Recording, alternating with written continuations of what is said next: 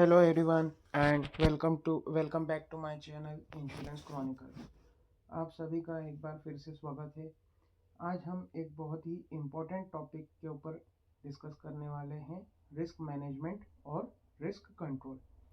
अगर आप इंश्योरेंस पढ़ रहे हैं या IC01 की तैयारी कर रहे हैं या फिर इंश्योरेंस फील्ड में करियर बनाना चाहते हैं तो आज का टॉपिक आपके लिए एक गेम चेंजर होने वाला है। क्योंकि जब तक हम समझ नहीं लेते कि रिस्क को मैनेज कैसे किया जाता है, कंट्रोल कैसे किया जाता है, तब तक इंश्योरेंस का फाउंडेशन कंप्लीट नहीं होता। सो वीडियो को एंड तक ज़रूर देखिएगा और अगर वीडियो अच्छी लगे तो लाइक, शेयर और सब्सक्राइब करना मत भूलिएगा। सो चलिए हम शुरू करते हैं। रिस्क मैनेजमेंट क्या होता है? सबसे पहले रिस्क मैनेजमेंट को एक सिंपल लैंग्वेज में समझते हैं। रिस्क मैनेजमेंट का मतलब होता है फ्यूचर में होने वाले पॉसिबल लॉसेस को आइडेंटिफाई करना, एनालाइज करना और उन्हें कंट्रोल या रिड्यूस करने के लिए प्रॉपर प्लानिंग करना। सिंपल शब्दों में अगर बोला जाए तो रिस्क मैनेजमेंट एक ऐसा प्रोसेस होता है जिसमें हम ये डिसाइड करते हैं कि रिस्क को कैसे हैंडल किया जाए। क्या हमें रिस्क को अवॉइड करना चाहिए, रिड्यूस करना चाहिए, शेयर करना चाहिए या फिर ट्रांसफ़र करना चाहिए। सो एक रियलिस्टिक स्टोरी से हम समझेंगे कि रिस्क मैनेजमेंट को कैसे हम अपने इसमें अप्लाई करते हैं। चलिए इसे हम एक अब स्टोरी से समझते हैं। फॉर एन एग्जाम्पल, एक अमित नाम का पर्सन है जो कि इंदौर में एक फर्नीचर मैन्युफैक्चरिंग की फैक्ट्री चलाता है। फैक्ट्री में उसके यहाँ पर फैक्ट्री में लकड़ियों का सामान रखा होता है, कटिंग मशीन्स होती है, केमिकल्स होते हैं जो कि पॉलिश करने के काम आते हैं। उसका बहुत सारा स्टॉक भी रखा हुआ रहता है। मतलब फायर होने के चांसेस जो हैं उसकी फैक्ट्री में बहुत ज़्यादा है। अब अमित क्या करेगा? अमित रिस्क को मैनेज करने के लिए 5 चीज़ें अप्लाई करेगा। क्या 5 चीज़ें अप्लाई करेगा? तो फर्स्ट वो रिस्क को आइडेंटिफाई करेगा, यानी रिस्क पहचानेगा कि उसकी फैक्ट्री में क्या-क्या लॉसेस हो सकते हैं फायर के कारण। सबसे पहले अमित आइडेंटिफाई करता है कि फैक्ट्री में रिस्क क्या-क्या हो सकते हैं। कैसे? फायर का रिस्क हो सकता है, मशीन से एक्सीडेंट का रिस्क हो सकता है, उसके फैक्ट्री में इन्वेंट्रीज रखी हुई है तो चोरी का या थेफ्ट का, बर्गलरी का रिस्क हो सकता है। मशीनरीज यूज़ की जाती है उसकी फैक्ट्रीज में तो वर्कर्स की इंजरीज का रिस्क हो सकता है। उसकी फैक्ट्री में केमिकल्स रखे हुए हैं तो उसका एक्सप्लोजन का रिस्क हो सकता है। रिस्क आइडेंटिफाई करना पहले और सबसे इम्पोर्टेंट स्टेप होता है। सेकेंड स्टेप अमित ये लेगा कि रिस्क को वो एनालाइज करेगा, यानी कि रिस्क का डीपली स्टडी करेगा। रिस्क को एनालाइज करने के लिए वो ये देखेगा कि कौन सा रिस्क ज़्यादा डेंजरस है।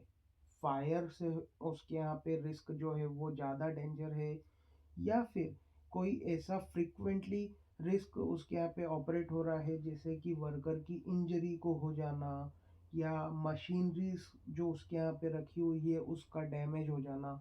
ये स्टेप में वो ये डिसाइड करेगा कि उसको कौन सी रिस्क को प्रायोरिटी देना है। थर्ड स्टेप अमित अपने रिस्क के लिए अपनी फैक्ट्री को देखने के लिए ये पहचानेगा कि रिस्क का इवैल्यूएशन करेगा, रिस्क का कंपैरिजन करेगा। अब अमित जज करता है कि कौन सी रिस्क सर्व है या माइल्ड है। फॉर एन एग्जाम्पल, अगर फायर लग गई तो करोड़ों का नुकसान हो सकता है। अगर वर्कर को किसी भी टाइप से इंजरी हुई तो वो ट्रीटमेंट कॉस्ट उसको लगेगी।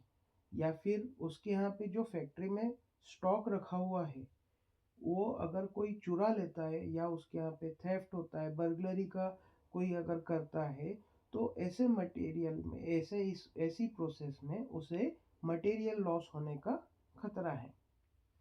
इवोल्यूशन में अमित ये डिसाइड करता है कि कौन सा रिस्क सबसे पहले उसे कंट्रोल करना है। ओके, आई होप आप सभी लोगों को समझ में आ रहा होगा कि रिस्क मैनेजमेंट का हम ये प्रोसेस पता कर रहे हैं, जिसमें कि थर्ड स्टेप हमने अभी समझी कि रिस्क को इवेल्युएट करना। इसमें अब फोर्थ स्टेप आती है रिस्क कंट्रोल। रिस्क कंट्रोल यानी रिस्क होने के लिए जो रोकथाम की जाती है, ये सबसे इम्पोर्टेंट पार्ट होता है, जिसमें अमित एक्शन लेता है कि फैक्ट्री में अगर फायर होती है तो उसे क्या चीज़ें अप्लाई करनी है जिससे कि वो फायर को कम कर सके। तो इसके लिए वो फायर एक्सटिंग्विशर्स लगाता है, इलेक्ट्रिकल वायरिंग्स जो भी उसकी फैक्ट्री में लगी है उसे प्रॉपर और वेल मेंटेन रखता है, फायर अलार्म का पूरा सेटअप करता है, वर्कर्स की इंजरीज का जो रिस्क है उसके लिए वो वर्कर्स को जो है वो सेफ्टी ट्रेनिंग प्रोवाइड करता है, मशीनरीज जो है वो प्रॉपर वर्क करते रहे, उसका डैमेज कम हो तो उसके लिए जो है वो प्रॉपर उनका मेंटेनेंस करते रहता है। सो ये वो एक प्रोसेस फॉलो करता है जिससे कि वो फ्यूचर में होने वाली जो रिस्क है उसको वो कंट्रोल कर सके। फिर इसमें फिफ्थ टाइप आता है जिसको बोलते हैं, जिसमें वो प्रोसेस ये फॉलो करेगा, फिफ्थ प्रोसेस रिस्क फाइनेंसिंग यानी रिस्क का पैसों से हैंडल करना। अगर कोई रिस्क ऑपरेट होती है, कोई इवेंट पर्टिकुलर उसके यहाँ पे पेरिल ऑपरेट होता है जिससे कि उसको लॉस होने के चांसेस है, तो वो कैसे फाइनेंशियली उसको हैंडल करेगा, इसको हम रिस्क फाइनेंसिंग की प्रोसेस में समझते हैं। अब अमित इस प्रोसेस में क्या करेगा कि वो ये देखेगा कि कौन सी पेरिल जो ऑपरेट हो रही है, जैसे कि फायर हो रही है या वर्कर्स की इंजरीज का हो रहा है या थेफ्ट का हो रहा है, तो उसमें उसको फाइनेंशियल लॉस अगर होता है तो वो कैसे उसे हैंडल करेगा। इस प्रोसेस के लिए वो क्या क्या चीज़ें वो एनालाइज करेगा कि क्या क्या चीज़ें वो कर सकता है। जैसे कि अगर वो इंश्योरेंस पॉलिसीज परचेस कर सकता है, जैसे कि फायर इंश्योरेंस पॉलिसीज। अब उसमें वो एड ऑन्स ले सकता है कि हाँ, अगर मेरी फैक्ट्री में थेफ्ट होता है या कोई बर्गलरी होती है तो उसी पर्टिकुलर फायर इंश्योरेंस पॉलिसी में ही मुझे उसका कवरेज भी मिल जाए। अ, इसके अलावा इंश्योरेंस पॉलिसीज के अलावा वो सेफ्टी बजट्स फाइनलाइज करता है, इमरजेंसी फंड्स क्रिएट करता है, ताकि ऐसी पर्टिकुलर अगर उसके यहाँ पे रिस्क अगर होती है या कोई पेरिल ऑपरेट होती है तो उसे इस बैड सिचुएशंस में उसे फाइनेंशियली हैंडल कैसे किया जा सके, उसे वो इस पर्टिकुलर प्रोसेस में समझता है। यानी जहाँ रिस्क को कंट्रोल नहीं कर सकते वहाँ इंश्योरेंस की हेल्प ले सकते हैं। ओके, सो इस स्टोरी से हम क्या समझे, रिस्क मैनेजमेंट एक सिस्टमेटिक प्रोसेस होता है जिसमें हम रिस्क को आइडेंटिफाई करते हैं, एनालाइज करते हैं, इवेल्युएट करते हैं, कंट्रोल करते हैं और बाकी का इंश्योरेंस या फाइनेंस के थ्रू मैनेज हो जाता है। ओके, सो रिस्क को कंट्रोल डिटेल में समझते हैं, रिस्क कंट्रोल कैसा होता है। रिस्क कंट्रोल रिस्क मैनेजमेंट का ही एक इम्पोर्टेंट पार्ट होता है। ये उस प्रोसेस को कहते हैं जिसे हम रिस्क होने से पहले ही उसको कम कर देते हैं या कंप्लीटली अवॉइड कर देते हैं। रिस्क कंट्रोल के मेनली चार तरीके होते हैं कैसे कंट्रोल किया जा सकता है रिस्क को। तो फर्स्ट टाइप आता है इसका रिस्क अवॉइडेंस, मतलब रिस्क को पूरी तरीके से ही अवॉइड कर देना। अगर कोई एक्टिविटी बहुत ही रिस्की है तो उसको अवॉइड करना होता है। लाइक अगर किसी फैक्ट्री में कुछ केमिकल्स यूज़ होते हैं और वो केमिकल्स देखे जाते हैं कि बहुत ही एक्सप्लोसिव हैं, तो पर्टिकुलर फैक्ट्री में जो ओनर है वो क्या करता है कि उस केमिकल का यूज़ करना ही बंद कर देता है, यानी कि जो रिस्क हो सकती है उसको वो जड़ से ही ख़त्म कर देता है। सेकंड इसमें आता है लॉस प्रिवेंशन या लॉस होने के रोकथाम। अब लॉस होने से पहले क्या होता है कि प्रिवेंटिव एक्शंस लिए जाते हैं, जैसे कि फायर, हमको लगता है कि हाँ, जैसे हमने पिछले एग्जांपल में समझा था कि अमित की फैक्ट्री में आग लगने के चांसेस ज़्यादा थे, तो उसकी आग अगर लगती है तो हम उसे कैसे कंट्रोल कर सकते हैं, कैसे प्रिवेंट कर सकते हैं। तो उसके लिए हम क्या क्या कर सकते हैं, जैसे फायर अलार्म लगा सकते हैं, सीसीटीवी कैमरास लगा सकते हैं, सेफ्टी ट्रेनिंग्स लगा दे सकते हैं, रेगुलरली अपना मेंटेनेंस कर सकते हैं मशीन्स का।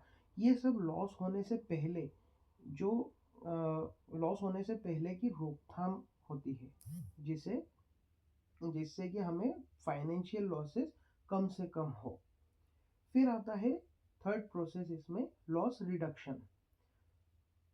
लॉस रिडक्शन एक ऐसी प्रोसेस होती है जिसमें कि हम ये डिसाइड करते हैं कि लॉस को कितना कम से कम हम कर सकें।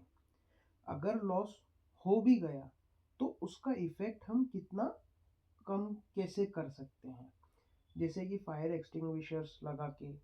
जैसे अगर कहीं किसी फैक्ट्री में आग भी लग गई है तो नॉट एन इशू, हमारे पास फायर एक्सटिंग्विशर्स है, हम ट्राई करेंगे हमारे एंड से कि हम उस एक्सटिंग्विशर से आग बुझा लें, ताकि हमारा फैक्ट्री का लॉस कम से कम हो। अगर फायर लग भी जाए तो मतलब डैमेज इससे हम कंट्रोल कर सकते हैं। फिर फोर्थ टाइप आता है रिस्क ट्रांसफर, यानी रिस्क को दूसरे को ट्रांसफर कर देना। मेनली ये रिस्क ट्रांसफर की प्रोसेस जो होती है वो हम इंश्योरेंस के थ्रू लेते हैं। जैसे हमारी एक जैसे हमने लास्ट एग्जांपल में समझा था कि अमित की जो फैक्ट्री थी उसमें फायर होने के चांसेस ज़्यादा थे। सो अमित ने क्या करा कि एक फायर इंश्योरेंस की पॉलिसी ले ली। अब इन केस उसके यहाँ पे अगर कोई फायर की पेरिल ऑपरेट होती है तो उसको जो भी फ्यूचर में होने वाले फाइनेंशियल लॉसेस हैं वो उसने रिस्क ट्रांसफर कर दिया, उसकी जो भी फाइनेंशियल लॉसेस थे वो उसने इंश्योरेंस कंपनी के पास शिफ्ट कर दिए, कि अगर मुझे फायर से कुछ भी लॉस होता है तो इंश्योरेंस कंपनी मुझे पे करेगी। Risk control mainly, I hope आप सभी लोगों को समझ में आया होगा, फिर भी हम एक छोटा सा एग्जांपल ले लेते हैं जिससे कि आपको और क्लियरिटी मिल जाएगी। इमेजिन कीजिए कि एक कृति के घर में पुरानी वॉशिंग मशीन रखी हुई है। एक दिन उससे हल्की सी बर्निंग की स्मेल आती है उस वॉशिंग मशीन से।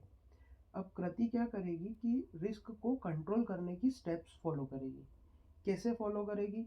तो उसने सबसे पहले जैसे ही उसको स्मेल आई तो उसने मशीन का प्लग निकाल दिया। ये प्रोसेस कहलाती है लॉस प्रिवेंशन। सेकेंडली उसने क्या करा कि इलेक्ट्रिशियन को तुरंत बुलाया और उसकी प्रॉपर वायरिंग करवा ली, ताकि उसको जो है लॉस ना हो। ये प्रोसेस क्या कहलाएगी? Loss reduction. मशीन को फिर उसने क्या करा कि रिप्लेस कर देती है। इस प्रोसेस को क्या कहेंगे? Risk avoidance. साथ ही एक उसने होम इंश्योरेंस पॉलिसी ले ली, जिससे कि उसने अपने रिस्क को ट्रांसफर कर दिया इंश्योरेंस के ऊपर। इस कॉम्बिनेशन को हम कहते हैं रिस्क कंट्रोल। सो दोस्तों, रिस्क मैनेजमेंट एक ऐसा प्रोसेस है जो हर इंश्योरेंस कंपनी, हर बिजनेस और हर रिस्पॉन्सिबल पर्सन फॉलो करता है। और रिस्क कंट्रोल उस प्रोसेस का सबसे इम्पोर्टेंट पार्ट होता है जो रिस्क को होने से पहले ही कम कर देता है। अगर आपको आज का ये वीडियो पसंद आया होगा और आप चाहते हो कि मैं और ऐसे ही रिस्क फाइनेंसिंग के ऊपर, रिस्क रिटेंशन और अदर ऐसी इम्पोर्टेंट टॉपिक्स के ऊपर वीडियो बनाऊं, तो प्लीज़ आप कमेंट कर कर ज़रूर बताइएगा। मिलते हैं नेक्स्ट वीडियो में इंश्योरेंस क्रॉनिकल के साथ। Till then take care and thank you so much.